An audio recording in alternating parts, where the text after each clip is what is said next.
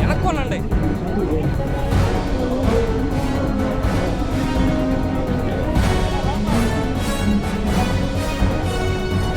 నడవండమ్మా, నడవండి నడవండి నడవండి నడవండమ్మా.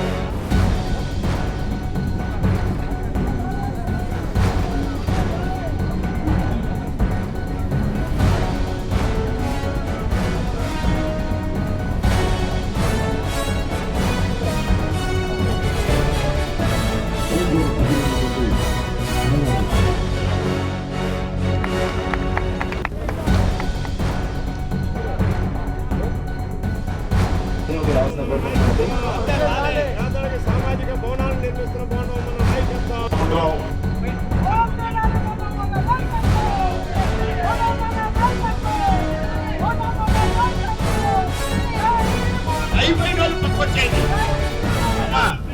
అయిపోయినటువంటి వారు పక్కకి వెళ్ళిపోతే వాళ్ళు వస్తానికి ఛాన్స్ ఉంది కదా.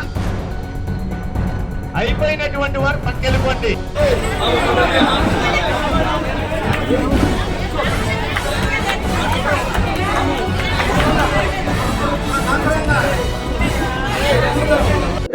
ఎన్నికల ముందు తెలుగుదేశం పార్టీ ప్రజలకు ఇచ్చినటువంటి హామీలన్నింటినీ కూడా నిలబెట్టుకుంటూ ముందుకెళ్తా ఉన్నాం.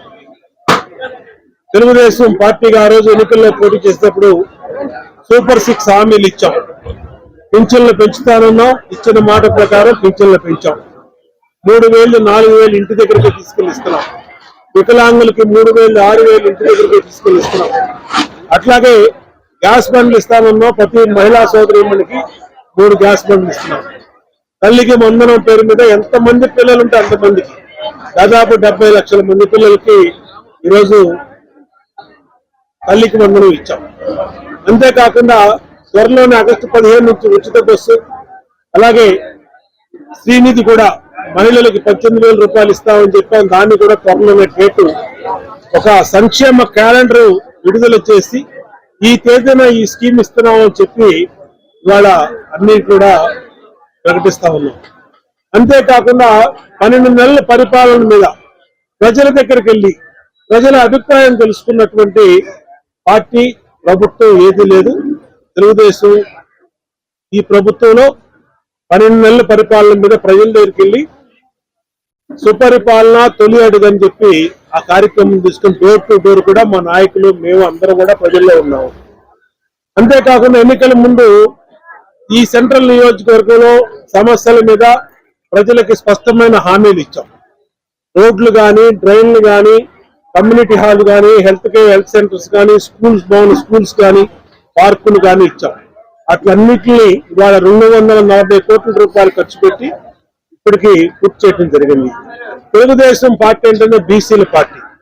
బీసీ సోదరులకి ఇవాళ ఇక్కడ 57వ డివిజన్లో న్యూ ఆర్ఆర్ పేటలో కళ్యాణ మండపం కట్టిస్తామని చెప్పాం.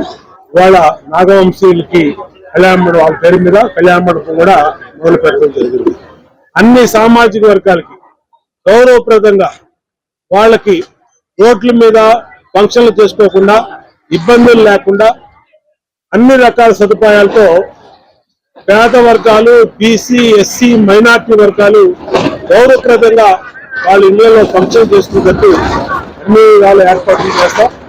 దీనికి ఎన్ని నిధులైనా సరే ఆర్థిక లోటులు, ఒకవైపు అప్పులు, అనేక ఇబ్బందులు ఉన్నా గౌరవ ముఖ్యమంత్రి చంద్రబాబు నాయుడు గారి సహకారంతో వాళ్ళ అభివృద్ధి పనులన్నింటినీ ముందుకు తీసుకెళ్తా ఉన్నాం. ఖచ్చితంగా రాబోయే రోజుల్లో మిగిలినటువంటి వాటిని కూడా పూర్తి చేస్తాం. రైలు అండర్ బ్రిడ్జ్లు కానీ, రైలు ఓవర్ బ్రిడ్జ్లు కానీ ఎన్నిటిని కూడా పెద్ద ఎత్తున కేశినేని శ్రీనివాస్ చిన్ని పార్లమెంట్ సభ్యులు నిన్న కూడా ఢిల్లీలో రైల్వే మంత్రిని కలవడం జరిగింది. అన్ని రకాలుగా ఎంపీ, శాసనసభ్యుడిగా నేను, ఇంకా ముఖ్యమంత్రి గారి సహకారంతో అన్ని రకాల అభివృద్ధి పనులు ముందుకు తీసుకెళ్ళి తెలియజేసుకుంటూ ఇవాళ ఇక్కడ శంకుస్థాపన చేసుకోవడం సంతోషంగా ఉంది. భవిష్యత్తులో కూడా ఈ న్యూ ఆర్ఆర్ పేట వెనకబడిన ప్రాంతాన్ని పూర్తిగా అభివృద్ధి చేస్తామని తెలియజేసుకుంటూ సెలవు తీసుకుంటాం. ఈ రోజున రాష్ట్రంలో తెలుగు రాష్ట్రాల్లో ఉన్నటువంటి నాగవంశీ కుటుంబాలందరికీ కూడా సంక్రాంతి పండుగ రోజుగా నేను భావిస్తా ఉన్నా. గత 50-60 సంవత్సరాల నుండి విజయవాడ నగరంలో వలస కూలీలుగా, ముఠా కార్మికులుగా, రిక్షా కార్మికులుగా, ఆటో కార్మికులుగా, చిన్న చిన్న భవన నిర్మాణ కార్మికులుగా, మహిళా సోదరిమణులు మరి చిన్న చిన్న పనులు చేసుకుని జీవనం సాగిస్తున్నటువంటి పరిస్థితిలో ఈ రోజున గౌరవ పెద్దలు సెంట్రల్ నియోజకవర్గ శాసనసభ్యులు, ప్రభుత్వ విప్పు బోండమ మైశ్రా గారు, పెద్దలు పార్లమెంట్ సభ్యులు కేశినేని శివనాథ్ సిన్ని గారు మరి వారందరి దృష్టికి తీసుకుని వెళ్లి ఎన్నికల ముందు మరి హామీలు అడిగాం.